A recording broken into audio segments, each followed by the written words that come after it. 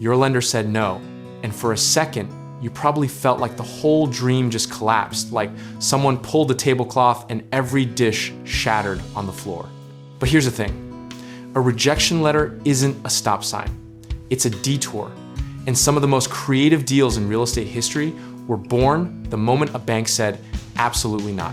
Every year, thousands of would-be buyers get turned away, not because the deal was bad, but because traditional lenders operate inside a very rigid box, one built for the average borrower with a pristine score, 2 years of W-2 income, and 0 complications. The system isn't designed for you specifically, it's designed for a statistical ghost who barely exists. Think of a conventional mortgage like a vending machine. You need exact change or you get nothing.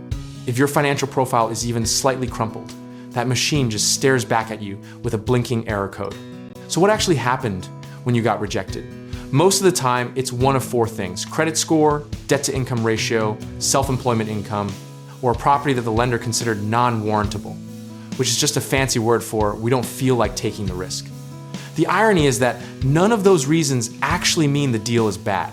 They just mean that particular lender didn't want it. Here's where most people make the fatal mistake. They take the rejection personally, go home, spend 6 months trying to fix their credit, and watch the property sell to someone else in the meantime. The emotional weight of a no can cost you more than any interest rate ever will. What I did instead was immediately pivot to private money lenders, individuals or small funds who lend based on the asset, not your tax returns. These aren't loan sharks with briefcases. They're often local investors who understand real estate value and are happy to earn 8 to 12% on their money while you close the deal. The next move was seller financing, which sounds exotic, but is really just asking the person selling the property to become your bank. They receive monthly payments from you instead of a lump sum from a mortgage company. It's been used for decades, especially in commercial real estate. And sellers who are motivated or carrying properties with no underlying mortgage are often surprisingly open to the conversation.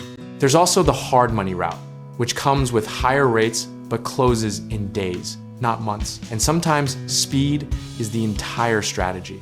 Use it as a bridge, stabilize the property, then refinance out later when your paperwork looks cleaner or the asset has appreciated.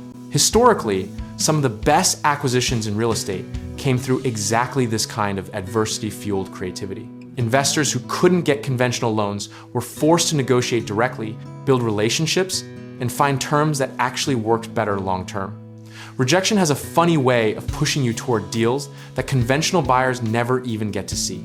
The misconception is that without bank approval, you're somehow less legitimate or that you're doing something risky or shadowy. Private lending, seller carryback, and hard money are all legal, well-documented, and widely used by experienced investors who simply refuse to let bureaucracy dictate their portfolio.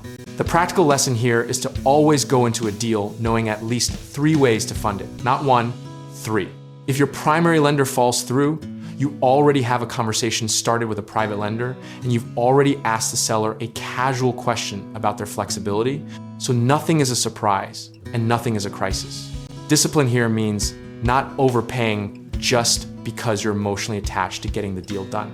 The terms still have to make sense even when you're using creative financing. Position size matters too. Don't bet everything on your first creatively financed deal just because you finally cracked the code. At the end of the day, the market doesn't care about your credit score. It cares about whether you showed up, stayed rational, and found a way to close. Preparation isn't just paperwork.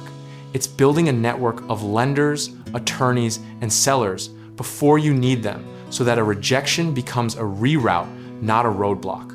If any of this sounds like exactly where you are right now, check out our links in the description below. We can help you get started whether you're looking at real estate investing, need home contracting work, or want to connect with lenders who actually want to work with you.